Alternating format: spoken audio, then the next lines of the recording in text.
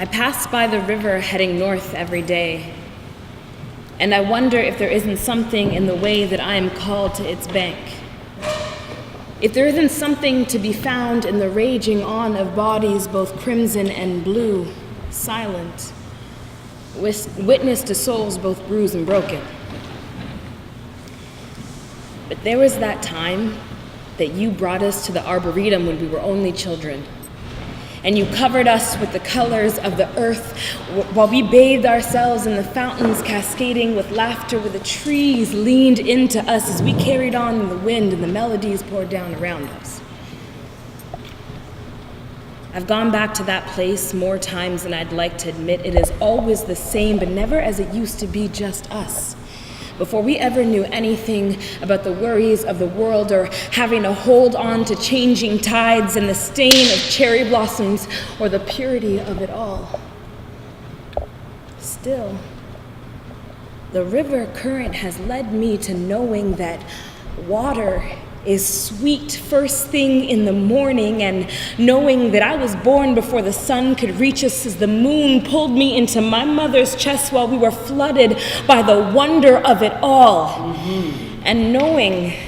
that the river could cover me in silence at any moment, steal the voice from my lungs and use it better than I ever could. You see, the river flows into streams of things, almost mystical drops of things that we cannot see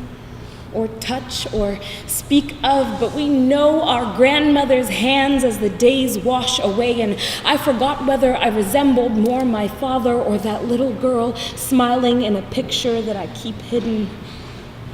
And I don't know if it is home or memories or something else, but it feels like forever in a dream that I cannot remember if I lived. A woman drowned me in good morning as I caught my breath on her smile, and it felt like my brother and I catching fireflies in glass bottles on the darkest of days, where the streetlights came out somewhere in between hopscotch and skipping the cracks in the sidewalk going home. It's harder than we'd like to admit. I, daughter of the diaspora, have never seen a waterfall, can only imagine the feeling of bare feet on wet grass running through the belly of the rainforest, mango juice the color of sun rays seeping through the cracks in my fingers as if they were branches of trees settled round the valley side, rooted in love or light or something else. I wonder, would the river carry me home with the burden of all my sins? But isn't it us who underestimates the water's will to forgive us, who believe that we are creators because we have taken God's tools and made things from them? That we are powerful because we named the earth a planet in the universe and all things ours, though the river is a living thing. Sometimes crystalline and staring back at you, blue in the face and violet hues hum the sound of raindrops atop water lilies that bloom in the morning. And I don't know if it is life or God or something else, but the river